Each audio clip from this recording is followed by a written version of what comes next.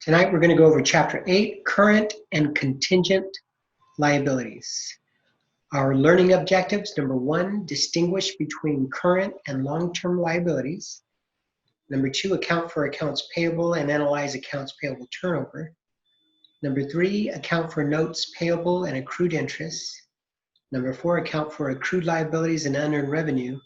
And number 5, account for contingent liabilities.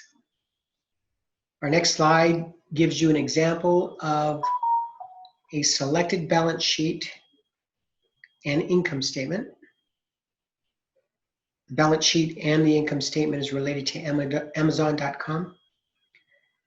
And what it wants to highlight is under the liability section, specifically current liabilities. You'll see there's accounts payable.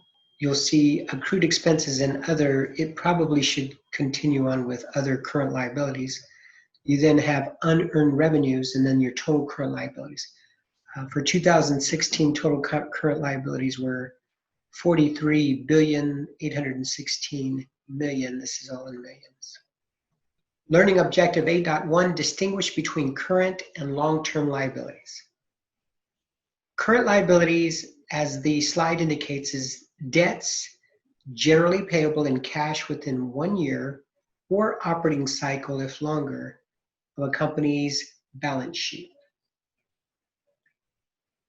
In most cases, it's going to be 1 year. So if your fiscal year ends on December 31st, then you would expect to see all debts that are due by the following December 31st listed as a current liability. The next bullet point says normally associated with various day-to-day operating activities. Accounts payable, salaries payable, those are all day-to-day activities. And if a debt is due more than 1 year from a company's balance sheet date, it is classified as long-term liabilities. So if your fiscal year end is December 31st, anything up to December 31st for the following year would be current, but anything that's due after that would be considered long-term.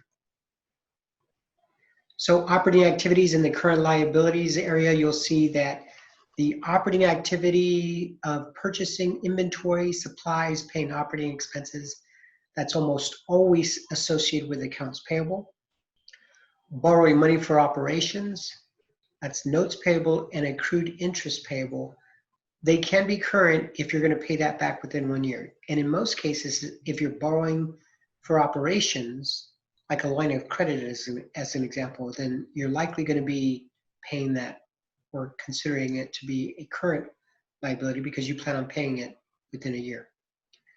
Paying employees, that would be accrued salaries, wages, related payroll tax payable. Paying income taxes, accrued income tax payable.